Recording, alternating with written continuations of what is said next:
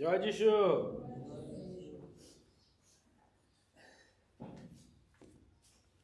প্রভু ধন্যবাদ করি, তিনি আজ আমাদেরকে আবার তার গৃহে মিলিত হওয়ার সুযোগ করে দিয়েছেন। আর এই সময় আমরা তার বাক্য থেকে শিখব। আসুন আমরা আজকের দিনের জন্য প্রভু আমাদেরকে যে বাক্য দিয়েছেন সেটি প্রথমে পাঠ করি। আমরা দেখব রোমীয় মণ্ডলীর প্রতি প্রেরিত পৌলের পত্রের 15 অধ্যায় 1 থেকে 6 পদ।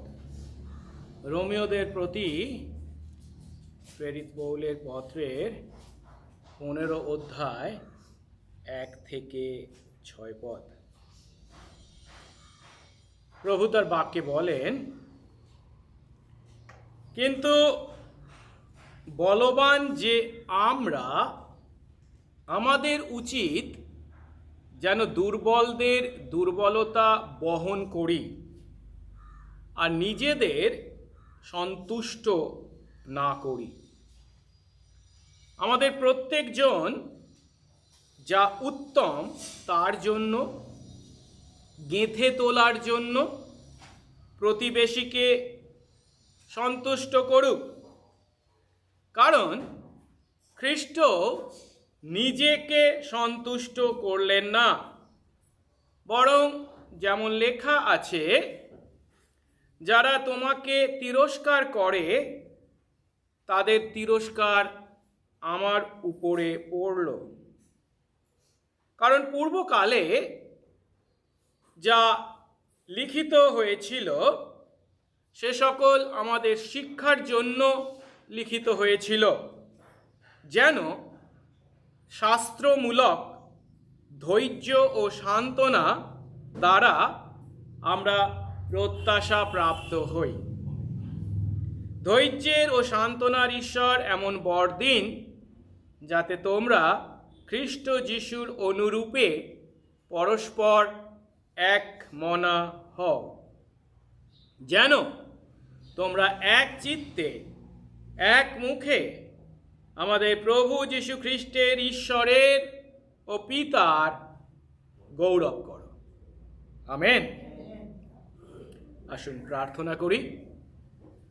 মঙ্গলময় স্বর্গস্থ পিতা, তোমার ধন্যবাদ করি প্রভু, তোমার অনুগ্রহে তোমার দাস দাসী আমরা তোমার চরণতলে মিলিত হয়েছি।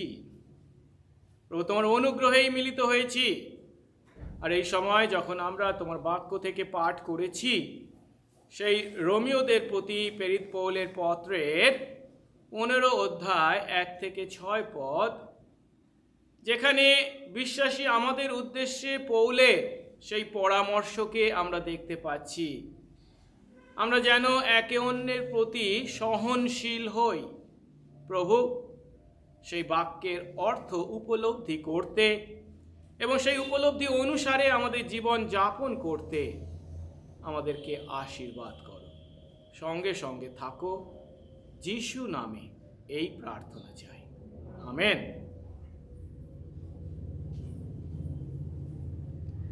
মণ্ডলীতে আমরা বিভিন্ন ধরনের মানুষ আছি, তাই তো? কি মনে হয়?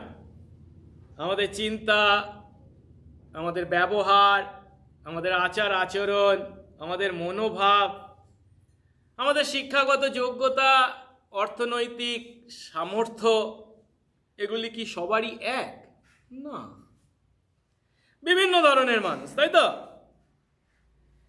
কিন্তু বিভিন্ন ধরনের মানুষ হলেও আমাদের কাছে সুখবরটি হলো, আমরা যে জীবিকার মানুষ হই না কেন, যে শিক্ষাগত যোগ্যতার অধিকারী হই না কেন, যে অর্থনৈতিক স্বাচ্ছন্দ্যের অধিকারী হই না কেন, আমার যে মনোভাব থাকুক না কেন, আমার ব্যবহার যাই হোক না কেন, যীশু খ্রিস্টে যখন আমরা বিশ্বাস করেছি, যার দ্বারা আমরা ঈশ্বরের সন্তান হয়েছি, তার দ্বারা একটা কথা, একটা বিষয় নিশ্চিত, যে আমরা সকলে স্বর্গে যেতে চলেছি। এবং তার সঙ্গে আরেকটা বিষয়, সেটা হচ্ছে কি, আমাদের মধ্যে কেবল 2-4 জন যে স্বর্গে যাব তা নয়। যদি আমরা যিশুকে বিশ্বাস করে থাকি, আমরা কোথায়, আমরা কতজন, আমরা সকলেই সেখানে যাব। এখন সকলেই যদি স্বর্গে যায়, এটা কি খুব সুখের খবর? আমি কেন এ কথা বলছি? এই পৃথিবীর মাটিতে আমি একটু আগে বলেছি, মণ্ডলীতে আমরা বিভিন্ন ধরনের মানুষ আছি, কিন্তু সেই মণ্ডলীর মধ্যে বিশ্বাসী আমাদের মধ্যেও ব্যবহার, আচার আচরণ, মনোভাব কেমন? সত্যি কথা যদি বলি, আমাদের মধ্যে অনেকের প্রতি আমাদের এমন মনোভাব আছে যাকে আমরা হয়তো পছন্দ করি না, যার সঙ্গে একসঙ্গে থাকাটাকে খুব একটা ভালো মনে করি না, যাদেরকে আমরা একটু এড়িয়ে চলতে চেষ্টা করি। এখন তারাও কিন্তু স্বর্গে যাবে। এখন এই পৃথিবীর মাটিতে আমরা কিছুকাল, তাই তো, 60, 70, 80, কিন্তু স্বর্গে গিয়ে চিরকাল আমাদেরকে তাদের সঙ্গে থাকতে হবে। আর চিরকাল তাদের সঙ্গে থাকতে হবে যখন আমরা শুনি, হ্যাঁ, ওর সঙ্গে যার আমি মুখ দেখতে চাই না, যাকে আমি সহ্য করি না, যাকে আমি এড়িয়ে চলতে চাই, তার সঙ্গে চিরকাল আমাকে থাকতে হবে, শুনলে কি আমাদের মন খারাপ হয় না? আমরা চিন্তায় পড়ি না?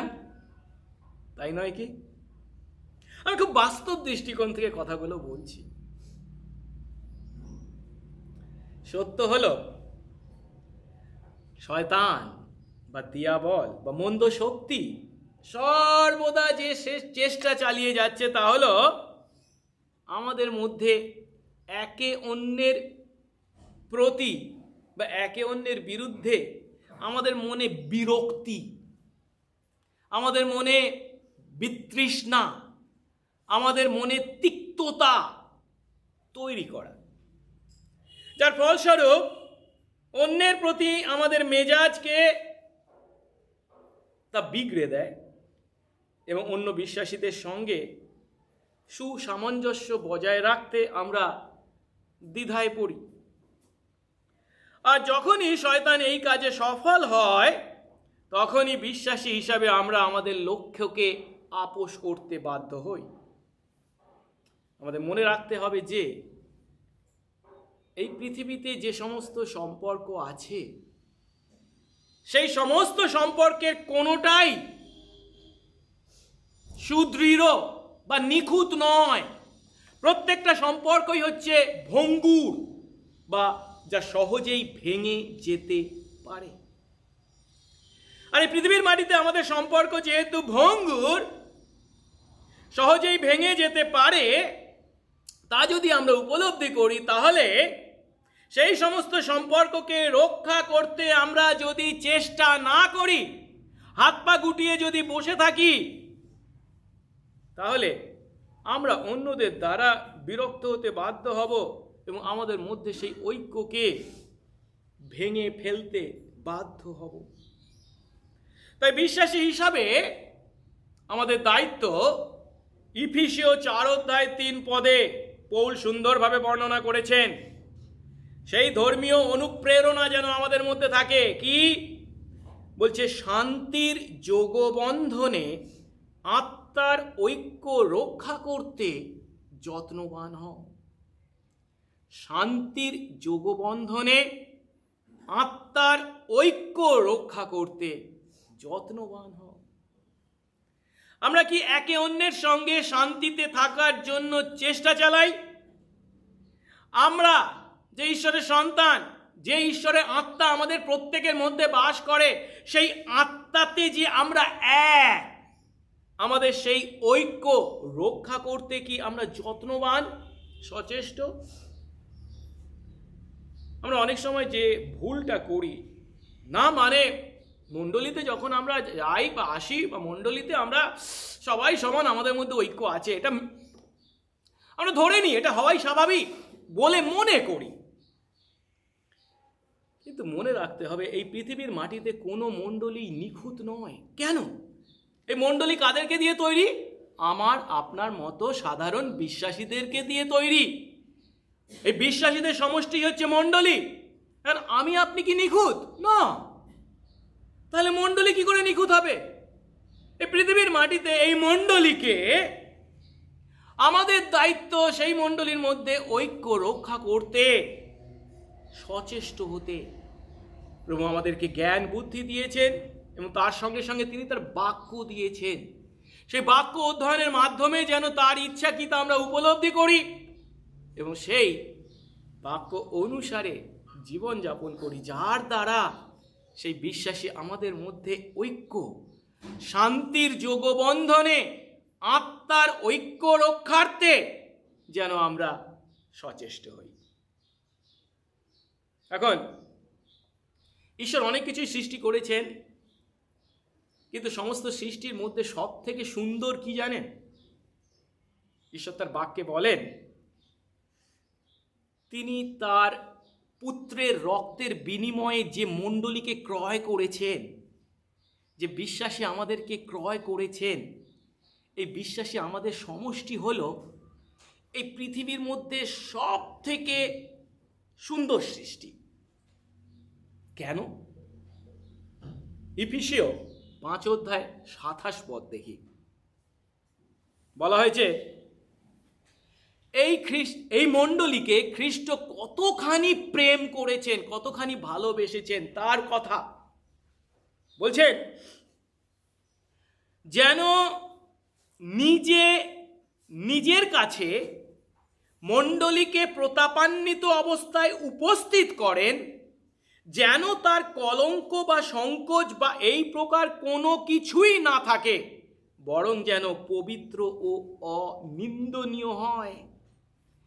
যে মণ্ডলীকে যীশুখ্রিস্ট তার রক্তের বিনিময়ে ক্রয় করেছেন, রক্তের বিনিময়ে ক্রয় করেছেন বুঝতে পারছি তো? যিশু যদি খ্রিস্ট সেই ক্রুশের উপর রক্ত যদি না দিতেন, তিনি যদি না মরতেন, আমরা কেউ আমাদের পাপের ক্ষমা পেতাম না। আর পাপের ক্ষমা না পাওয়া মানে কি? আমাদের সঙ্গে ঈশ্বরের সবসময় দূরত্ব থাকতো। কিন্তু তার পাপের প্রায়শ্চিত্ত, তিনি যে আমাদের পাপের প্রায়শ্চিত্ত যে তিনি করেছেন সেই ক্রুশের উপর, তার দ্বারাই আমরা তার পাপের ক্ষমা পেয়েছি, আমাদের পাপের ক্ষমা পেয়ে তার সন্তান হয়েছি। তাই সেই রক্তের বিনিময়ে যে মণ্ডলীকে ক্রয় করেছেন, সেই মণ্ডলীকে বলছেন কি না, তার মধ্যে কলঙ্ক বা সংকোচ এই প্রকার যাতে কিছু না থাকে, তার পরিবর্তে কি হয়? পবিত্র ও অনিন্দনীয় হয়। এমন প্রতাপান্বিত অবস্থায় তিনি তাকে উন্নত করেছেন। অর্থাৎ যীশু খ্রিস্টের রক্ত মণ্ডলীর সমস্ত পাপকে ধুয়ে মুছে পরিষ্কার করে দিয়েছে। বিশ্বাসী আমাদের সমস্ত পাপকে ধুয়ে মুছে পরিষ্কার করে দিয়েছে। আর তাই ঈশ্বরের দৃষ্টিতে এই মণ্ডলী হলো সব থেকে সুন্দর। কেন? যেহেতু আমাদের পাপ যীশু খ্রিস্ট তার রক্তের বিনিময়ে ধুয়ে মুছে সুপরিষ্কার করেছে।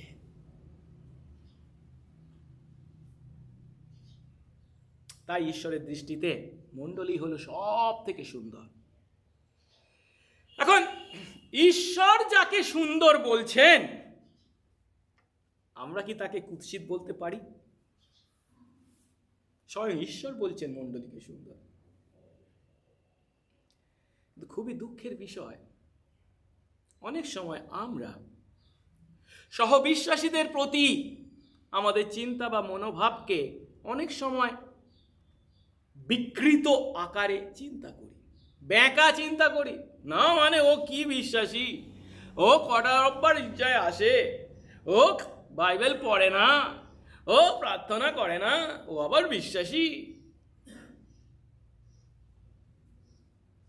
ইফিসীয় 3:10 বলা হয়েছে, এখন মণ্ডলী দ্বারা স্বর্গীয় স্থানের আধিপত্য ও কর্তৃত্ব সকল ঈশ্বরের বহুবিধ প্রজ্ঞা জ্ঞাত করা যাচ্ছে।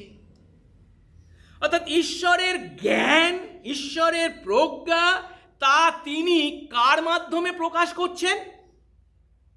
মণ্ডলী দ্বারা। আজ বিশ্বাসী আমাদের সমষ্টি তথা মণ্ডলী কি সেই ঈশ্বরের বহুবিধ জ্ঞানকে, প্রজ্ঞাকে মানুষের কাছে উপস্থাপিত করে চলেছি আমরা? যদি আমরা করতে পারতাম, তাহলে আমাদের চারপাশে এত মানুষ সেই মণ্ডলীর প্রতি আকৃষ্ট না হয়ে পারত না। আমরা ব্যর্থ হয়েছি। তাই প্রভু আজ যেন তার বাক্যের মাধ্যমে এই বিশ্বাসী আমাদের মধ্যে প্রকৃত খ্রিস্টীয় ঐক্য, ঈশ্বরের সান্নিধ্যে তার সন্তান হিসাবে এই মণ্ডলী আমরা যেন তার গৌরবার্থে একে অন্যের প্রতি সহনশীলতার দ্বারা এই মণ্ডলীকে গেঁথে তুলতে, যার দ্বারা ঈশ্বরের প্রজ্ঞাকে মানুষের কাছে প্রকাশ করতে সক্ষম হই। প্রভু যেন সেই আশীর্বাদ আমাদের প্রত্যেককে করেন। একটু আগে আমি বলেছি মণ্ডলী হলো কি না, বিশেষ আহ্বানে, ঈশ্বরের দ্বারা বিশেষ আহ্বানে আহত মানুষদের সমষ্টি হচ্ছে মণ্ডলী। এখন সেই মণ্ডলী ঈশ্বরকে আনন্দ দেয়, লোকদেরকে এক সূত্রে গাঁথে। তা সত্ত্বেও কেন সেই মণ্ডলীর মধ্যে এত অভিযোগ, এত অসন্তোষ, এমনকি একে অন্যের প্রতি ঘৃণাতেও পরিপূর্ণ? আজ আমরা যে বিষয়টা নিয়ে আলোচনা করব বা উপলব্ধি করব সেটি হচ্ছে খ্রিস্টের দেহ, মণ্ডলী হচ্ছে খ্রিস্টের দেহ, তা এত মনোরম হওয়া সত্ত্বেও আমাদের মধ্যে কেন এত সমস্যা? মণ্ডলীর মধ্যে এমন অনেক বিশ্বাসী আছেন যাদের দেখলে আপনার ভিতরে জ্বালা বেড়ে যায়, আপনার স্নায়ুর চাপ বেড়ে যায়, যারা আপনাকে উত্তেজিত করে তোলে।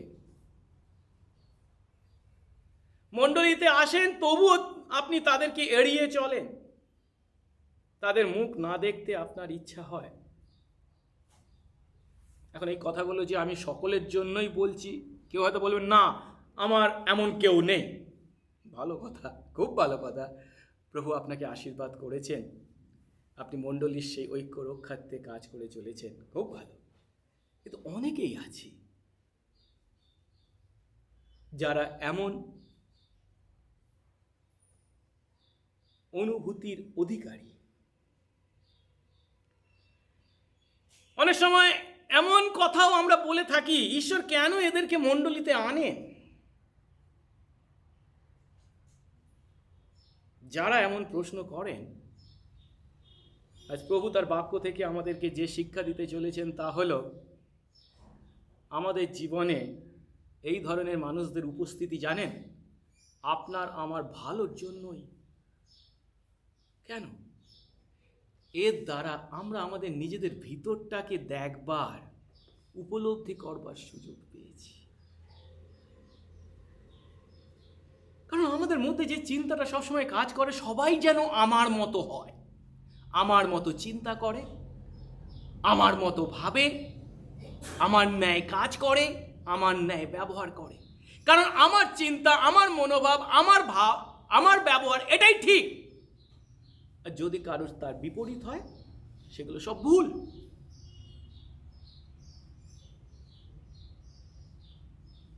কিন্তু তা যে কখনোই ঠিক নয়।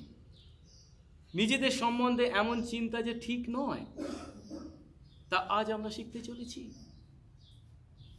যদিও আজ আমরা 15 অধ্যায় পাঠ করেছি, 1 থেকে 6 পদ, কিন্তু তার আগের অধ্যায় 14 অধ্যায়ে আমরা কি দেখতে পাই? 14 অধ্যায় দেখতে পাই পৌল বলছেন মণ্ডলীতে 2 ধরনের লোক আছে, বা বিশ্বাসীদের মধ্যেও 2 ধরনের বিশ্বাসীর উপস্থিতি আছে। এক ধরনের বিশ্বাসীদেরকে বলা হচ্ছে দুর্বল বিশ্বাসী, আরেক ধরনের বিশ্বাসীদের বলছে বলবান বিশ্বাসী, মানে সবল, দুর্বল আর সবল। কিন্তু সমস্যা হলো কি জানেন, এরা উভয়েই একে অন্যের প্রতি বিরক্ত বা বিরক্তি উৎপন্ন করে চলেছে। আর তাদের এই বিরক্তির পিছনে প্রধান সমস্যা হলো কি? খাওয়া দাওয়া নিয়ে সমস্যা। কি খাওয়া নিয়ে? মাংস খাওয়া নিয়ে। আমি 14 অধ্যায় থেকে বলছি, রোমিও 14 অধ্যায় থেকে বলছি। কেন?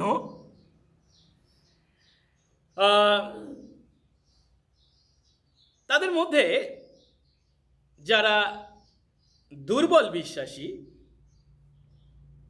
তারা চিন্তা করে, আচ্ছা, যে মাংস আপনি বাজার থেকে কিনে আনছেন,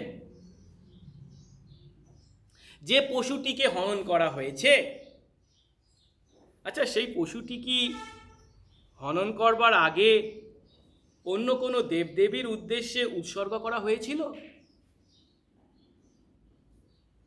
এখন যদি তা কোনো দেবদেবীর উদ্দেশ্যে উৎসর্গ করা হয়ে থাকে এবং সেই মাংস যদি আপনি ভোজন করেন, সেটা কি ঠিক হবে? দুর্বলরা কি বলবে? না, এটা কখনোই ঠিক নয়, কারণ সেই পশুটি অন্য দেবদেবীর উদ্দেশ্যে উৎসর্গ করা হয়েছে। কিন্তু বলবান বিশ্বাসীদের ক্ষেত্রে ভোজন করার মধ্যে কোনো সমস্যা নেই, ও খেতেই পারি, তাতে কি আছে।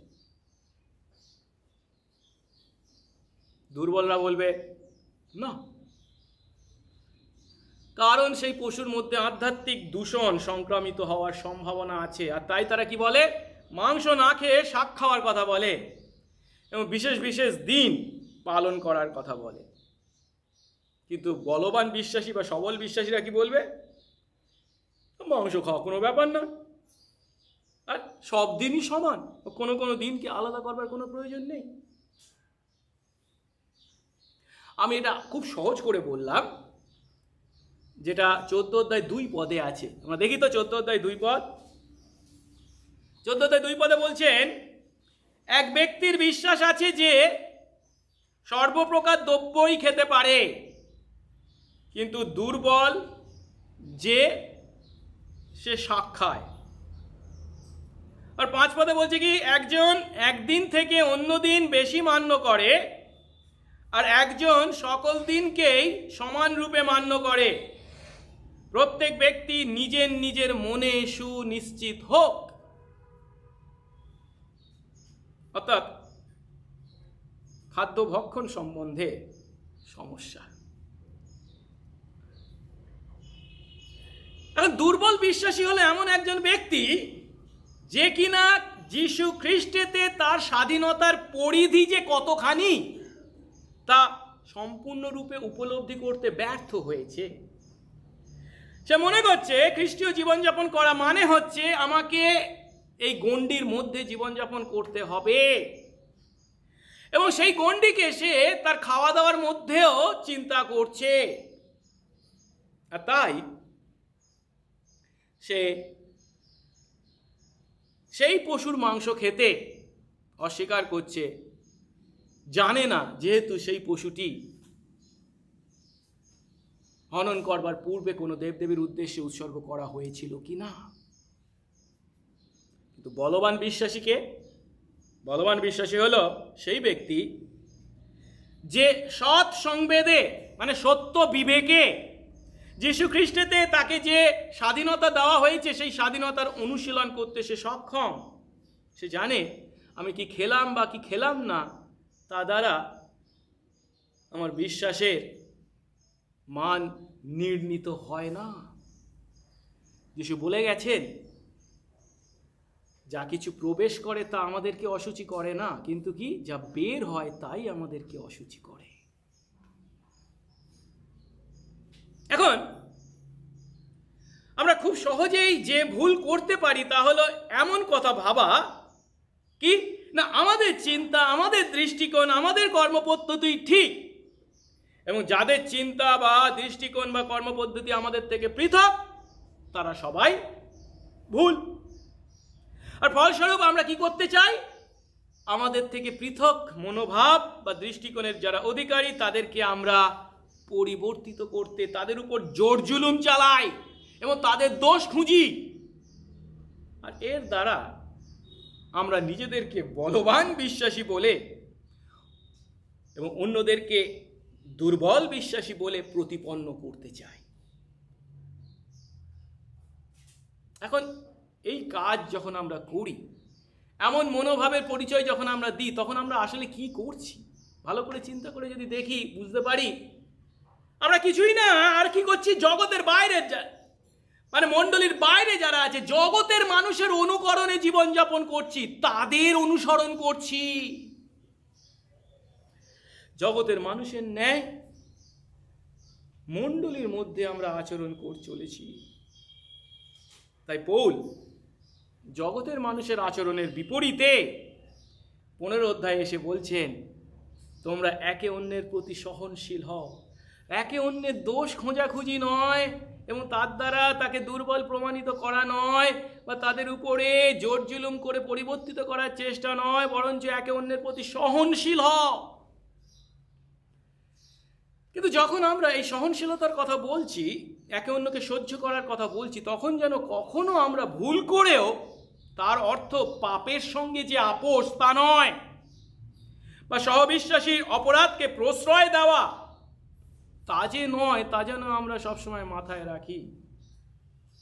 আমরা অন্যকে সহ্য করছি মানে কি, সে পাপ করে চলেছে, ও করুক গে যাক, পাপ করছে তো কি হয়েছে, এমন মনোভাব নয়। পাপের সঙ্গে আপোষ নয়, বা তার অপরাধকে প্রশ্রয় দেওয়া, যেহেতু আমি তাকে সহ্য করছি, তার প্রতি আমি সহনশীলতার পরিচয় দিচ্ছি। সে যদিও অপরাধ করে চলেছে, সে অপরাধের মধ্যে রয়েছে, তবুও আমি তাকে কিছু বলছি না, তা নয়। পরিবর্তে এখানে যে সহনশীলতার কথা বলা হয়েছে তা হলো তার জীবনযাত্রার মধ্যে কিছু পার্থক্য আছে, যা হয়তো আমার সঙ্গে এক নয়। সেই সমস্ত পৃথক বিষয়গুলির প্রতি যেন আমরা বড্ড বেশি জোর না দিই। সহজ উদাহরণ যদি দিই, ধরুন একজনের জীবনযাত্রা, আমার জীবনযাত্রা হচ্ছে কি খুব সক্রিয়, সবসময় আমি কাজ করতে ভালোবাসি, কাজের মধ্যে থাকি। কেউ হয়তো হ্যাঁ মণ্ডলীর কাজ করে, ঠিক করে, কিন্তু খুবই তার মধ্যে খুব সক্রিয়তা নেই, আস্তে আস্তে ঢিলেমি ইত্যাদি রয়েছে। কেউ ধরুন রাত্রে ঘুমায় যখন, তখন নাক ডাকে, আমি কিন্তু নাক ডাকি না। আবার হয়তো কারোর মধ্যে এমন একটা মনোভাব রয়েছে, শুধু জানবার ইচ্ছা, কি ওর মধ্যে কি চলেছে, ওদের পরিবারে কি চলেছে, কি হচ্ছে রে, অন্যের গোপনীয়তা জানবার জন্য কৌতূহল। কারণ এই সমস্ত বিষয়গুলো যেন আমাদের জীবনে বড্ড বেশি বড় বিষয় না হয়ে দাঁড়ায়। আমাদের উপলব্ধি করতে হবে, এমন বিপরীত আচরণকারী ব্যক্তি যদিও তার আচরণের দ্বারা আমাদের বিরুদ্ধে পাপ করছে যে তা নয়, কিন্তু আমরা আমাদের মনোভাব এবং আচরণের দ্বারা তাদের বিরুদ্ধে পাপ করে বসতে পারি। বুঝতে পেরেছি আমরা? তাদের সেই মনোভাব বা আচরণের দ্বারা তারা যদিও পাপ করছে না, কিন্তু তাদের প্রতি আমাদের মনোভাব এবং আচরণের দ্বারা অনেক সময় আমরা পাপ করতে পারি। তাই আমাদের প্রয়োজন একে অন্যের প্রতি সহনশীল হওয়া, পাপকে প্রশ্রয় দেওয়া, পাপের সঙ্গে আপোষ করা বা অপরাধকে প্রশ্রয় দেওয়া তা যদিও নয়, কিন্তু এমন বিষয় রয়েছে যেগুলো পাপ সম্বন্ধীয় নয়, কিন্তু বিপরীত আচরণ, অন্য আচরণ, সেগুলি সম্বন্ধে আমাদের একে অন্যের প্রতি সহনশীল হতে হবে। এবং এই 15 অধ্যায় 1 থেকে 6 পদে আমরা দেখতে পাচ্ছি পৌল বিশ্বাসী আমাদেরকে 6টা বিষয় বলেছেন আমরা কিভাবে একে অন্যের প্রতি সহনশীল হব। 6 পদ, এবং প্রত্যেকটা পদেই একটা একটা করে পরামর্শ দেওয়া হয়েছে। প্রথমে বলা হচ্ছে আমরা যেন দুর্বলদের দুর্বলতা বহন করি। দ্বিতীয়ত, গেঁথে তুলতে যেন প্রতিবেশীকে আমরা সন্তুষ্ট করি। তৃতীয়ত, যীশু খ্রিস্টের প্রতি যেন আমাদের দৃষ্টি স্থির থাকে। চতুর্থত, বিশ্বাসে আমরা যেন বৃদ্ধি লাভ করি। পঞ্চমত, আমরা যেন একমনা হতে চেষ্টা করি। এবং ষষ্ঠত, আমরা যেন ঈশ্বরের গৌরব চেষ্টা করি। আসুন প্রথমটি দেখি। দুর্বলদের দুর্বলতা বহন করতে হবে। দুর্বলদের দুর্বলতা বহন করতে হবে। এক পদে বলা হয়েছে, কিন্তু বলবান যে আমরা, আমাদের উচিত দুর্বলদের দুর্বলতা বহন করি আর নিজেদের সন্তুষ্ট না করি। এখন মণ্ডলীর মধ্যে যারা বিশৃঙ্খলা উৎপন্ন করে বা তালগোল পাকিয়ে ফেলে, এমন বিশ্বাসীদেরকে পৌল বলছেন আমরা যেন বহন করি। সেটাই হচ্ছে বলবান বিশ্বাসীদের আদেশ। আমি যদি নিজেকে বলবান বিশ্বাসী বলে মনে করি, তাহলে আমার দায়িত্ব হবে সেই সমস্ত দুর্বল বিশ্বাসী যারা মণ্ডলীতে বিভিন্ন বিষয়কে তালগোল পাকিয়ে ফেলে, সেই দুর্বল বিশ্বাসীদের দুর্বলতাকে বহন করতে হবে। আর এখানে বহন করার অর্থ হচ্ছে কি? ধৈর্য সহকারে সহ্য করা, কিংবা ধৈর্য সহকারে তাদের সেই ইচ্ছা পূর্ণ করা। এর অর্থ দীর্ঘকাল ব্যাপী তাদের সহ্য করা, সহজে রেগে না যাওয়া। অর্থাৎ যখন অন্যের ব্যবহার বা আচরণ আমাদের মনোপুত হয় না, তখন সাধারণত আমাদের সহজাত প্রবৃত্তি থেকে আমাদের প্রতিক্রিয়াটা কি? আমরা রেগে যাই, আমরা চটে যাই, যার ফলস্বরূপ আমরা অনেক কথা বলে ফেলি। কিন্তু তা নয়।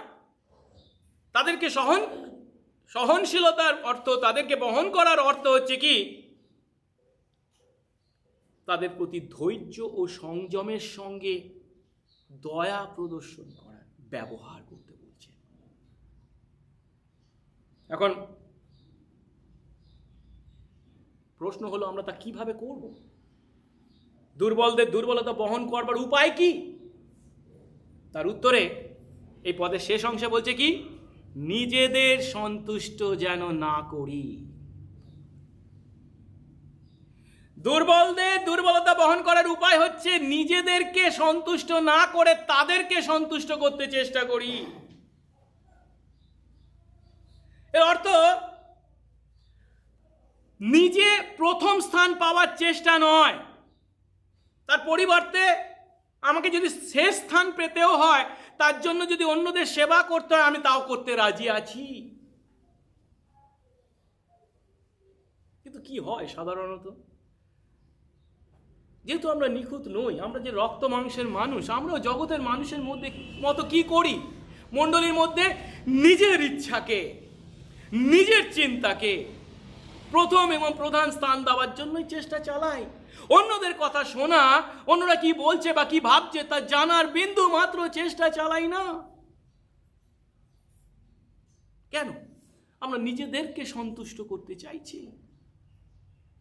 নিজের মহত্ব, নিজের শ্রেষ্ঠত্ব, অন্যদের থেকে যে আমি যে কিছু একটা, তা প্রমাণ করার চেষ্টা করি। প্রশ্ন আজ আমরা নিজেদেরকে করব, আমি কি নিজেকে সন্তুষ্ট করে আনন্দ পাই, নাকি দুর্বলদের সেবা করার মধ্যে আনন্দ পাই?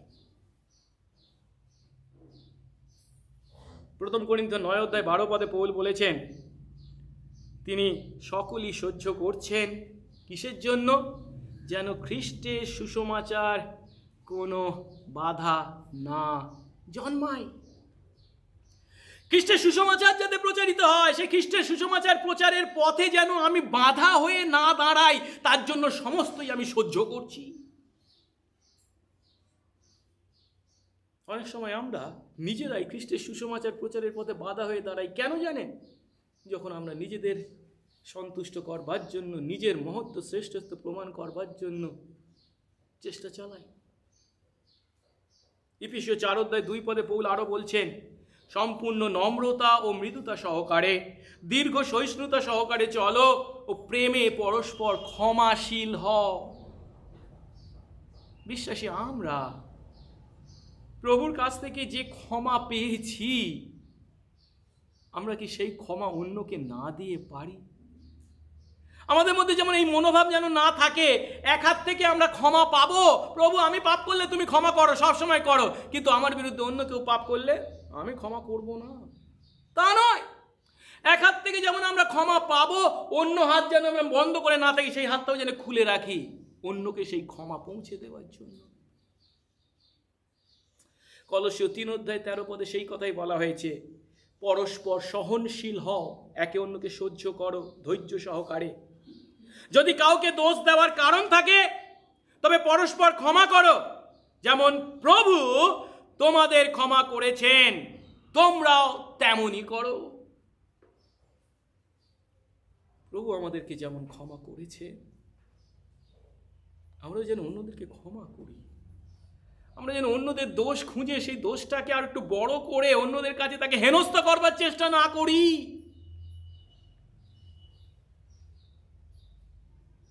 তা যখন করি তখন আমরা দুর্বলদের দুর্বলতা বহন করবার, দুর্বলদের সেবা করবার দায়িত্ব পালন করছি। আসুন এবার দ্বিতীয় পরামর্শটা দেখি, যেটা 2 পদে আছে। প্রতিবেশীকে গেঁথে তোলবার জন্য যেন আমরা প্রতিবেশীকে সন্তুষ্ট করি। 1 পদে দেখেছিলাম নিজেদের সন্তুষ্ট করব না, আর 2 পদে বলা হয়েছে কি প্রতিবেশীকে সন্তুষ্ট করি। কিসের জন্য? তাকে গেঁথে তোলার জন্য। 2 পদ, আমাদের প্রত্যেকজন যা উত্তম তার জন্য গেঁথে তোলার জন্য প্রতিবেশীকে সন্তুষ্ট করুক। এর অর্থ আমরা যখন একে অন্যকে বহন করি, যেটা আমরা 1 পদে পেয়েছি, তখনই আমরা সহবিশ্বাসীকে গেঁথে তোলার জন্য ঈশ্বরের দ্বারা ব্যবহৃত হই।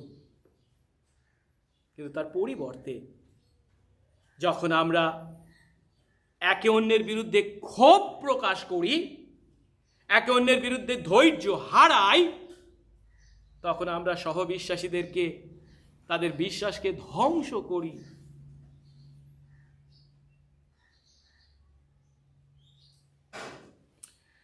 তাই বলবান বিশ্বাসী আমাদের দায়িত্ব দুর্বলদের সহ্য করা, কেবল নয় তার সঙ্গে সঙ্গে তাদেরকে উৎসাহিত করা। যিশাইয় 57:14 পদে বলা হয়েছে, গেঁথে তোলো, পথ পরিষ্কার করো, আমার প্রজাদের পথ থেকে বিঘ্ন সকল দূর করো। আপনি কি সহবিশ্বাসীর প্রতি বিঘ্ন স্বরূপ নাকি তাদের সাহায্যকারী? 1 থিসসলুনীয় 5:11 পদে পৌল বলছেন, যেমন তোমরা করে থাকো তেমন পরস্পরকে আশ্বাস দাও, যেন একজন অন্যজনকে গেঁথে তুলতে পারো। আমাদের মধ্যে অনেকেই আছি যাদের মধ্যে একটা সত্যি কুঅভ্যাস আছে। সেটা কি? ওর নামে শুধু মন্দ কথা বলি। তাদের ভালো বিষয়গুলো আমাদের কোনোটা চোখে পড়ে না, আর নিজের কৃতিত্ব বড়াই করতে ভালোবাসি। আমি এই করেছি, ওই করেছি, সেই করেছি।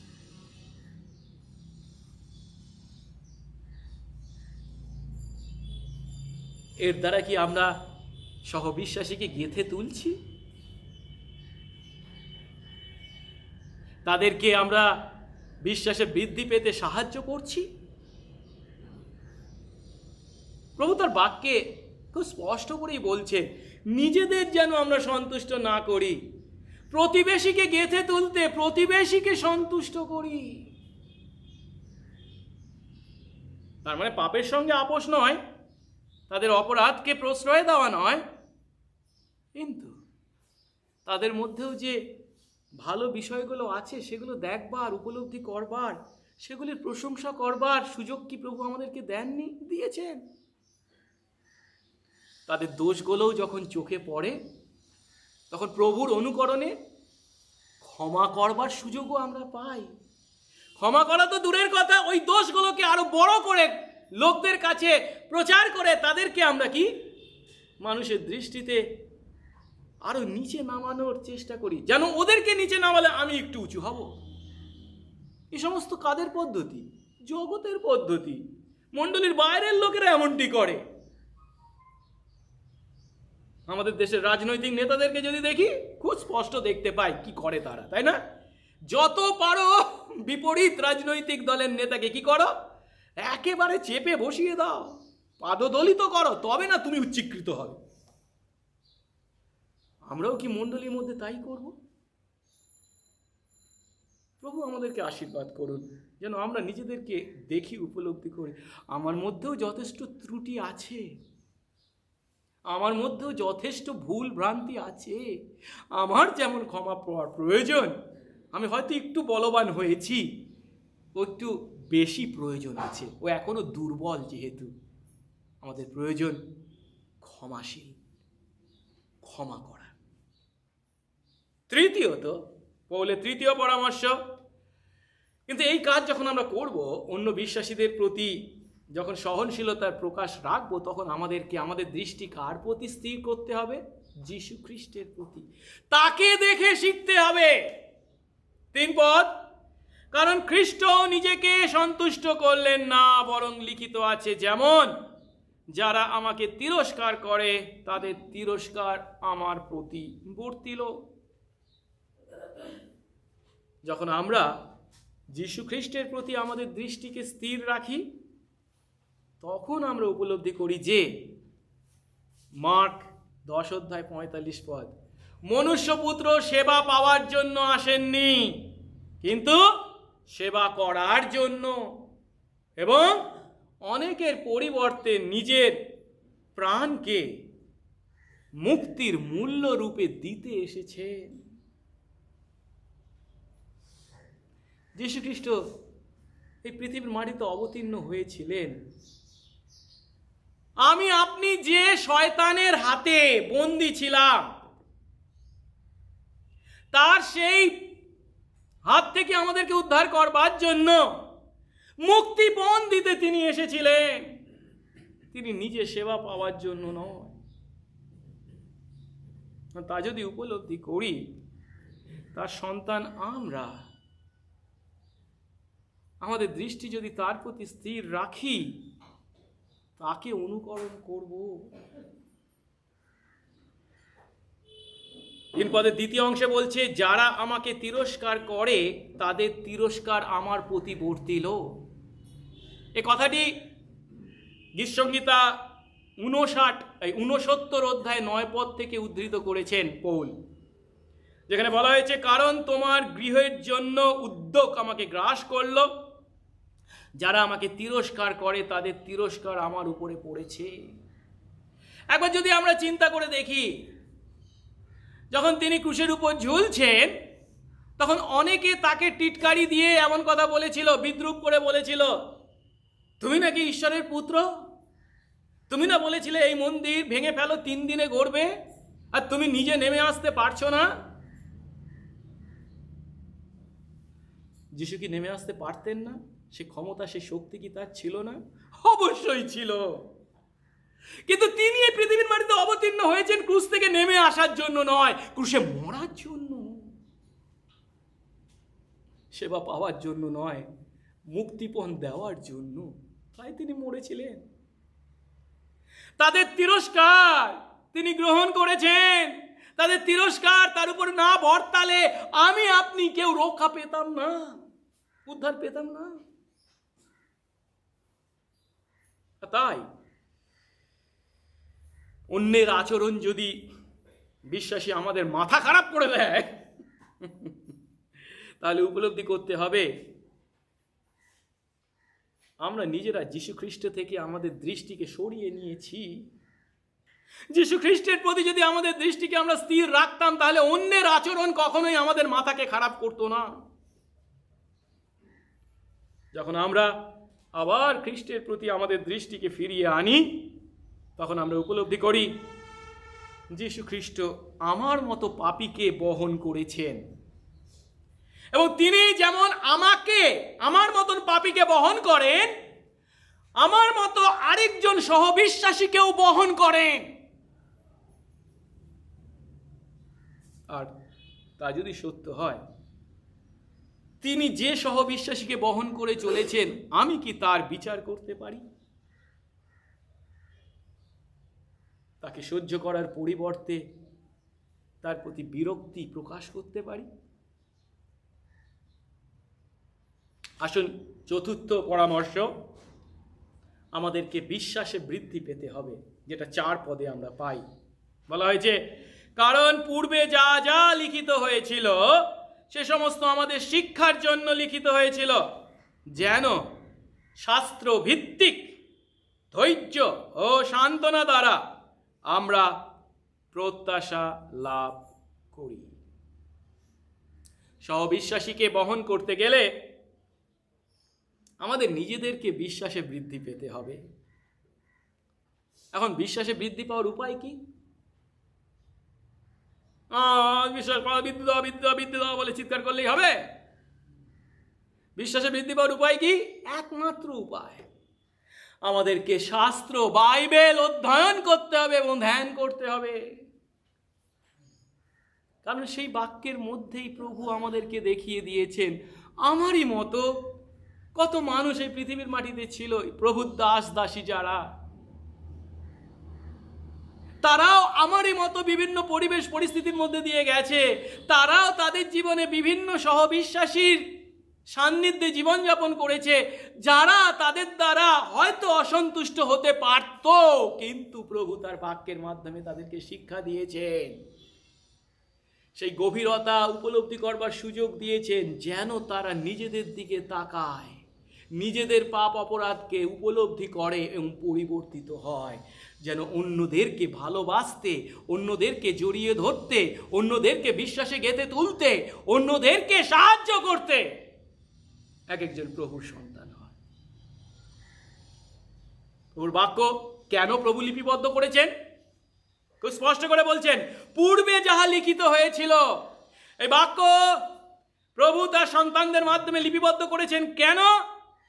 আজ আমাদেরকে শিক্ষা দেওয়ার জন্য। কি শিক্ষা?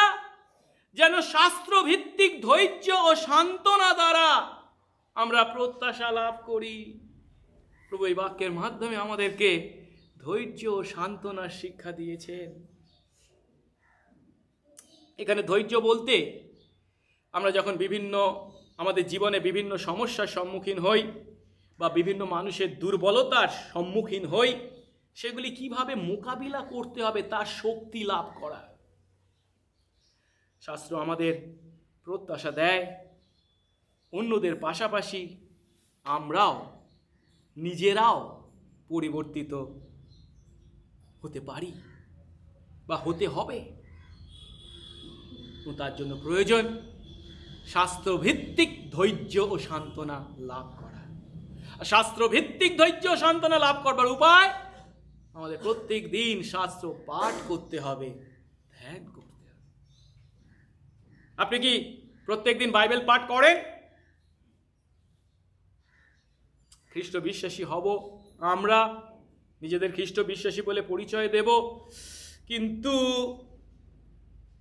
বাক্য পাঠ করব না। তাহলে কি করব? ওই রকম। কিরকম? শুধু অন্যের দোষ ধরব, কি দোষ করছে সেগুলো খুঁজে বের করব, সেগুলো দিয়ে খোঁটা দেব, তাকে পদদলিত করব, তার বিরুদ্ধে কথা বলবো, নিজেকে উচ্চীকৃত করার জন্য। এগুলো কেন করছি? যেহেতু শাস্ত্র জানি না।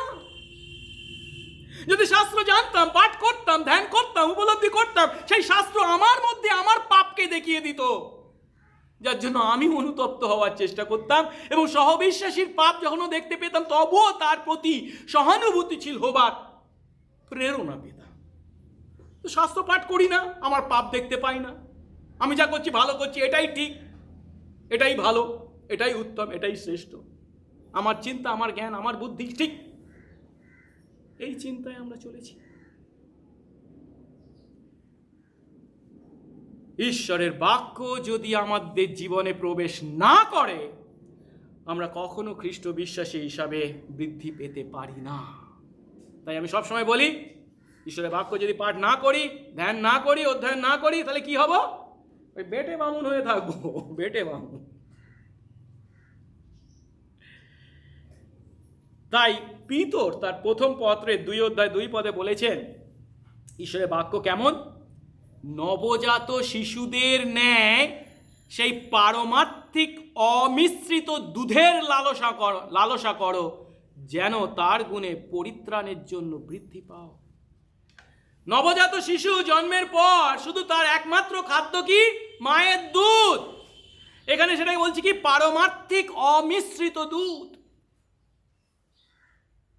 ঈশ্বরের বাক্য হলো সেই মায়ের দুধের ন্যায় বিশুদ্ধ ঈশ্বরের দেওয়া খাবার, যার মাধ্যমে আমরা পরিত্রাণের জন্য বৃদ্ধি পাই। আসুন আমরা আরো বেশি করে প্রভুর বাক্য খাই, ভোজন করি, পাঠ অধ্যয়ন ও ধ্যান করি প্রত্যেক দিন। আজ পড়বো, কাল পড়বো, বা রবিবার শুধু পড়বো তা নয়, প্রতিদিন।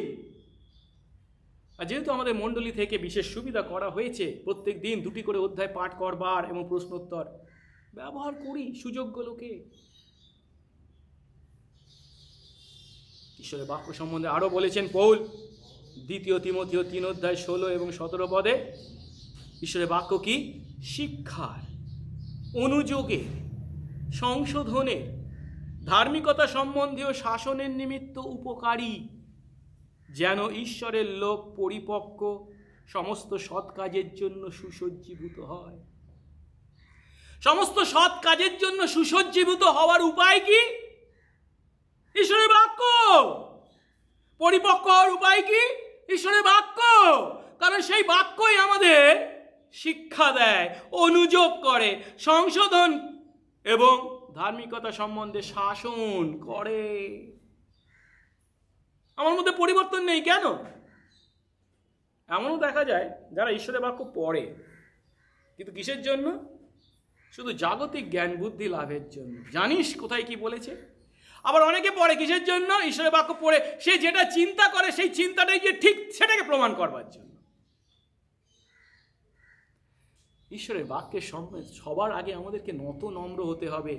আমি কি চিন্তা করছি, আমি কি বলতে চাইছি, সেটা এই বাক্যের মাধ্যমে লাভ করা নয়, প্রভু কি বলছেন তা জানবার জন্য চেষ্টা করা, নিজেকে নামানো, তাকে উচ্চকিত করা।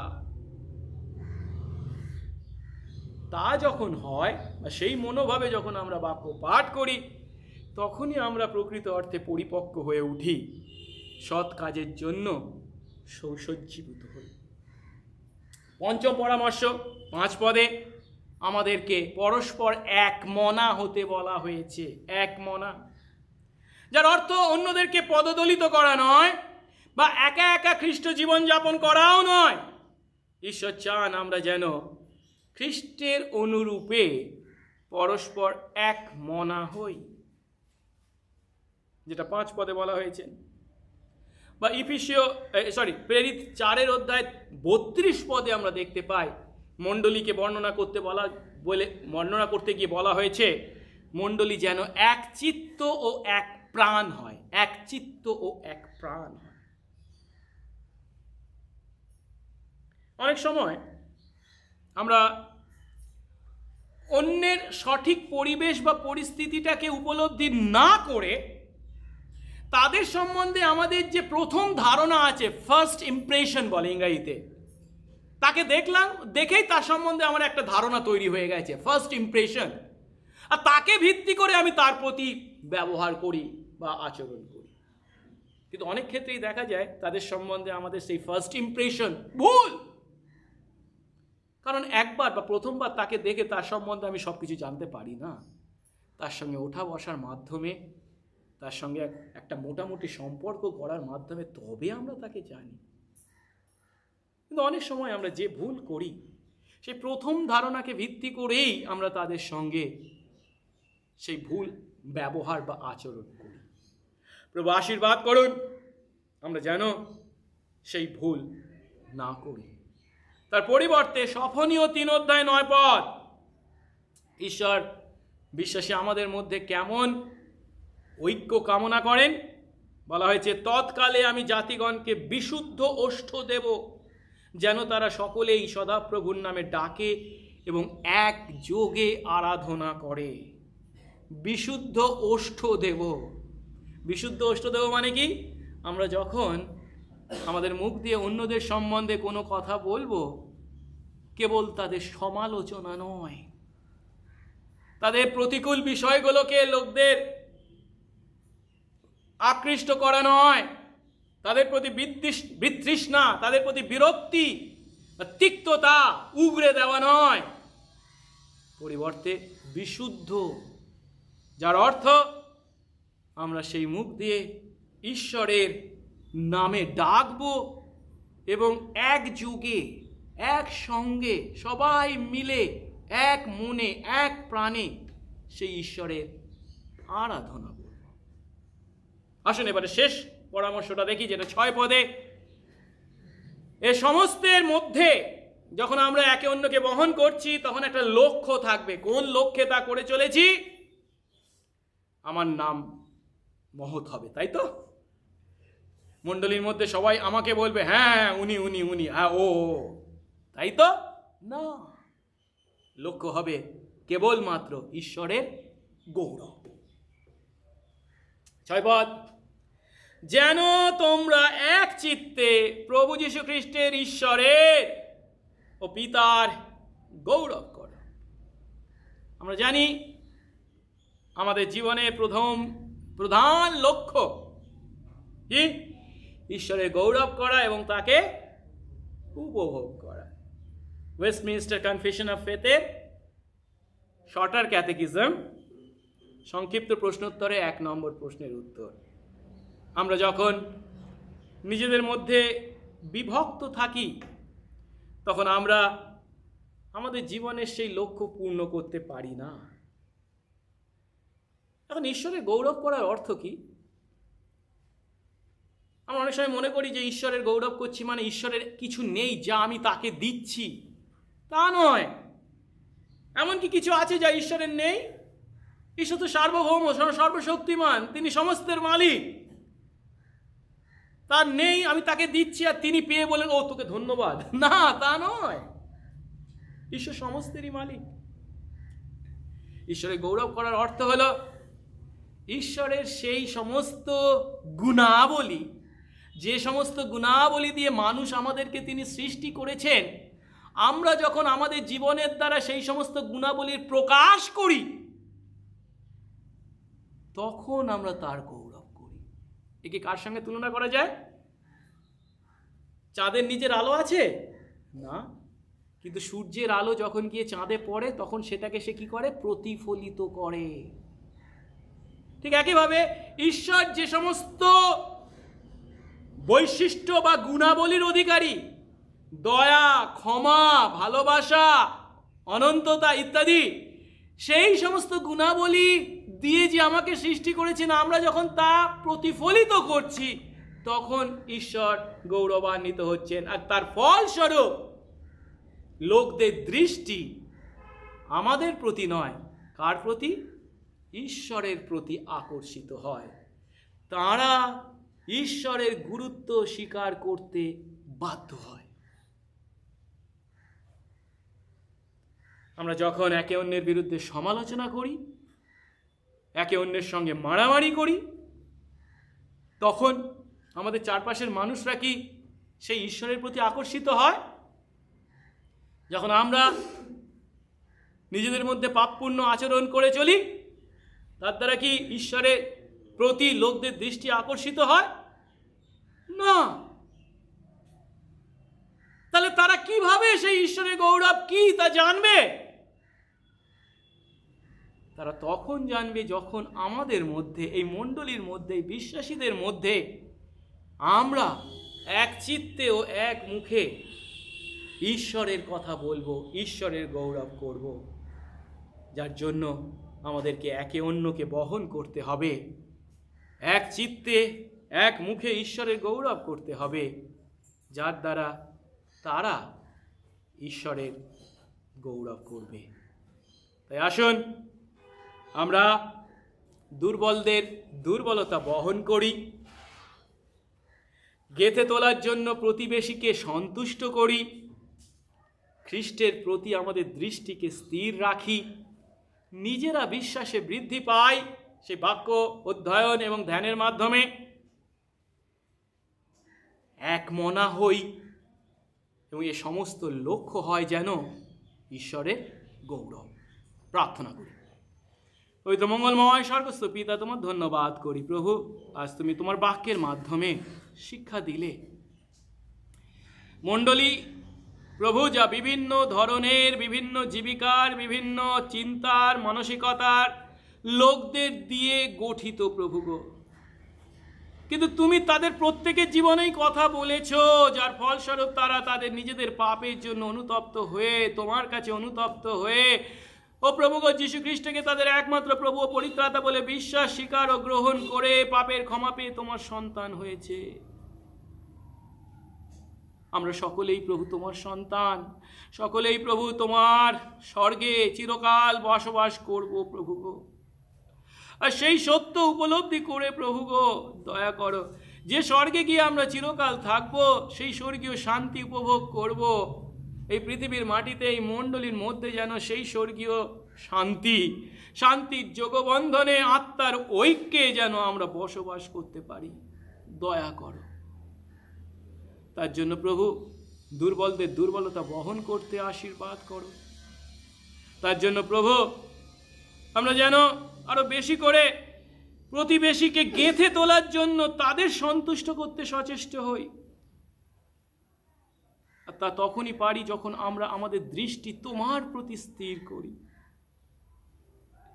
তার জন্য প্রয়োজন প্রভু প্রতিদিন তোমার বাক্য অধ্যয়ন ও ধ্যানের মাধ্যমে বিশ্বাসে বৃদ্ধি পাওয়া, এবং আমাদের মধ্যে দাও তুমি সেই পরস্পরের প্রতি এক মনা হওয়ার চেষ্টা। আর এসবের লক্ষ্য যেন হয় কেবল ঈশ্বরের গৌরব। সঙ্গে সঙ্গে থাকো, যিশু নামে এই প্রার্থনা চাই, আমেন। আসুন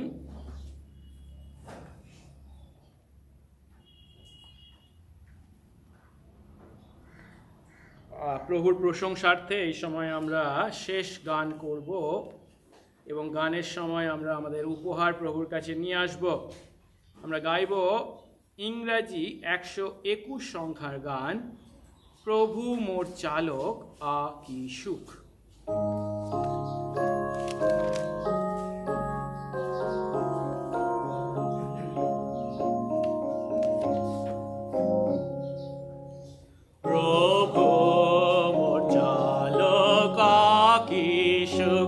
ভাবিলে বলায় সব দুঃখ, যা করিবা থাকি যথায়, প্রভু চালান আমায়, প্রভু চালান, প্রভু চালান, নিজ হাতে আমায় চালান, পর্বতারি অনুগমন চালাইবেন তিনি সর্বক্ষণ, কভু দুঃখ নদী মধ্যে, কভু বাহে দণ্ডধানে,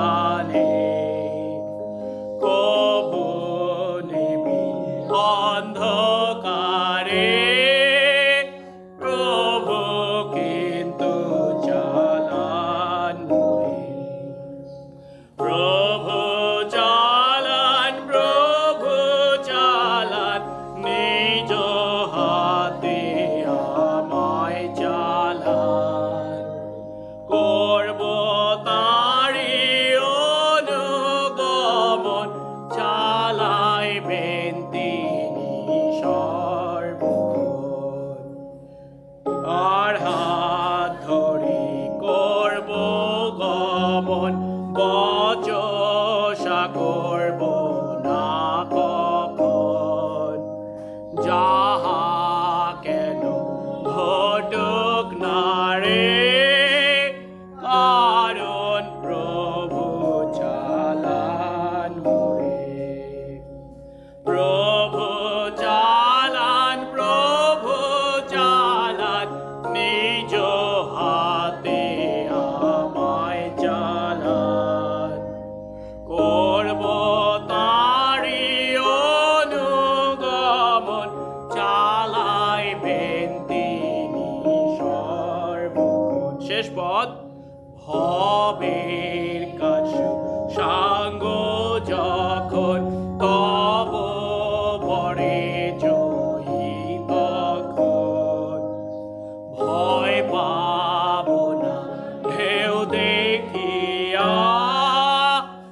যখন চালাও জর্ডন দিয়া। প্রভু চালান নিজ হাতে আমায় চালান। করব তাঁরি অনুগমন, চালাইবেন তিনি সর্বক্ষণ। আমেন।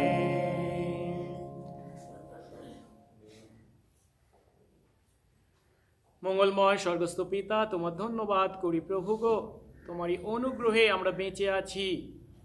তোমার অনুগ্রহেই প্রভু এই দিনটি আমরা দেখার সুযোগ পেয়েছি। তোমার অনুগ্রহেই প্রভু তোমার আরাধনা করবার এই সুযোগ পেলাম। প্রভু দয়া করো যেন প্রতিটা দিন তোমার প্রতি কৃতজ্ঞতায় ও বিশ্বস্ততায় আমরা চলতে পারি। আমাদের জীবনের প্রতি তোমার প্রত্যেকটি আশীর্বাদকে স্মরণ করি।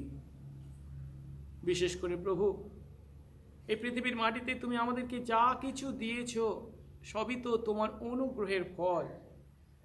তার কোনোটারই পাওয়ার যোগ্য আমরা ছিলাম না।